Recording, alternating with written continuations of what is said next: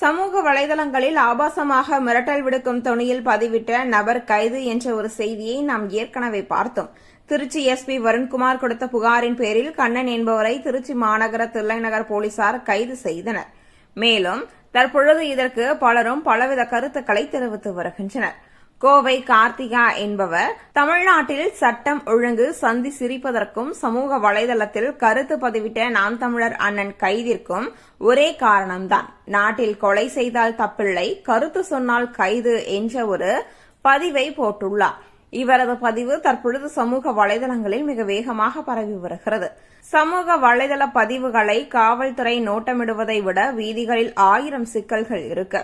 புகார் கொடுக்க வந்தால் FIR பதிவது கிடையாது. இதை வைத்துதான் தமிழ்நாட்டில் வழக்குகள் குறைவு என விளம்பரம். காவல்துறையை நிர்வாகம் செய்ய தனித்திறன் தேவை, அதற்கு அவர் சரிப்பட்டு வரமாட்டார் என்ற ஒரு பதிவையும் அவர் போட்டுள்ளார். இந்த ஒரு பதிவானது தற்பொழுது மிக வேகமாக பரவி வருகிறது.